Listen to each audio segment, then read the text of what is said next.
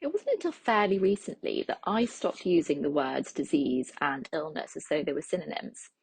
I'd always assumed that they were one and the same thing, but there was something intuitive in me, inside of me, that said they weren't.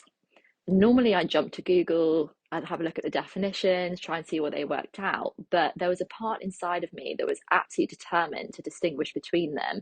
And it's only now that I'm actually working out why that is. I've always chosen to refer to my own health condition as an illness rather than a disease, because to me, disease always sounded really grave, somehow a little bit like dirty and just completely permanent, whereas illness was somewhat softer and maybe a little bit less decided.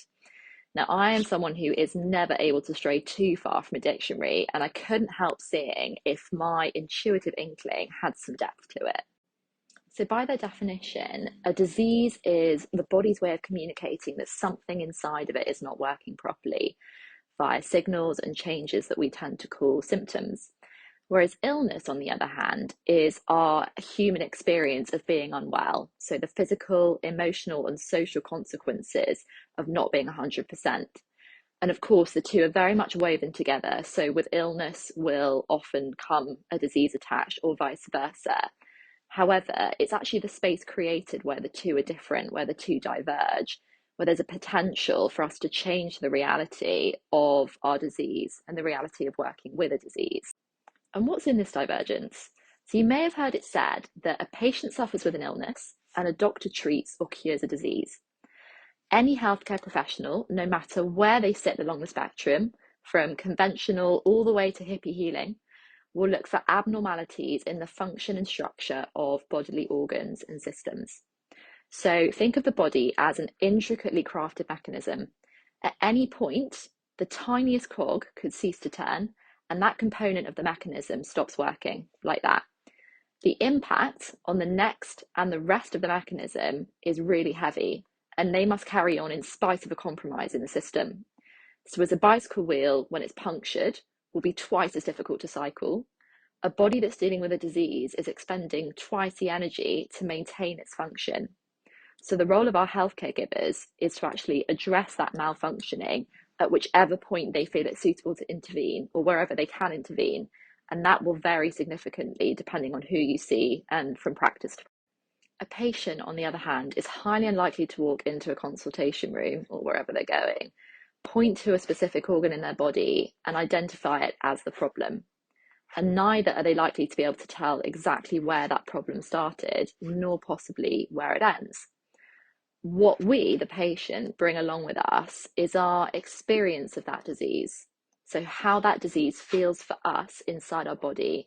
That's the sensations we feel, the emotions it creates for us, the thoughts it provokes, what adds up to be the impact of that disease in our life. And only we know what it's like to be the narrator of that story. So, two people could have exactly the same disease, yet an entirely different experience of it. They could have the same symptoms, yet their internal response is not the same. So, a disease could be the same as someone else's, but your illness, your experience of it is absolutely unique to you. As often as disease and illness come hand in hand, it's really important not to confuse the two or even conflate them as the same thing. And actually, to see where they differ is to step into a place of greater authority with our health. So take an illness along to a professional, any professional, and he or she will ultimately look to treat the disease. Fortunately, many professionals will have some understanding of what it could be like to be that patient. And thank goodness we're finally letting go of all this doctors shouldn't show emotion nonsense, because that never worked at any point.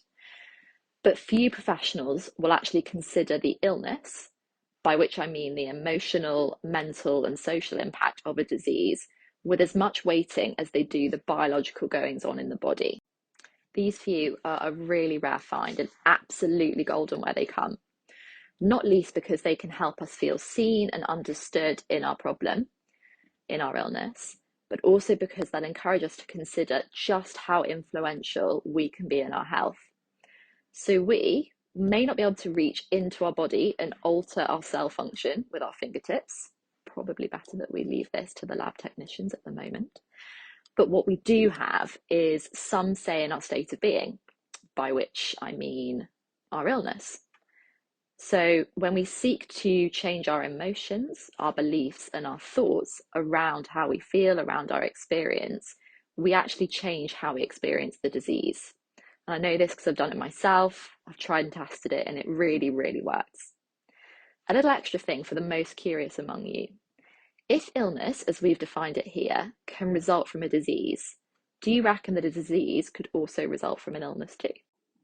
If your interest or curiosity has been at all stoked by this video and you want to find out more, have a look at the link that's in the box underneath this video and follow 3 very simple steps that will help you change entirely your experience of your diagnosis right now, maybe even to the point at which you could change the prognosis that you've been given.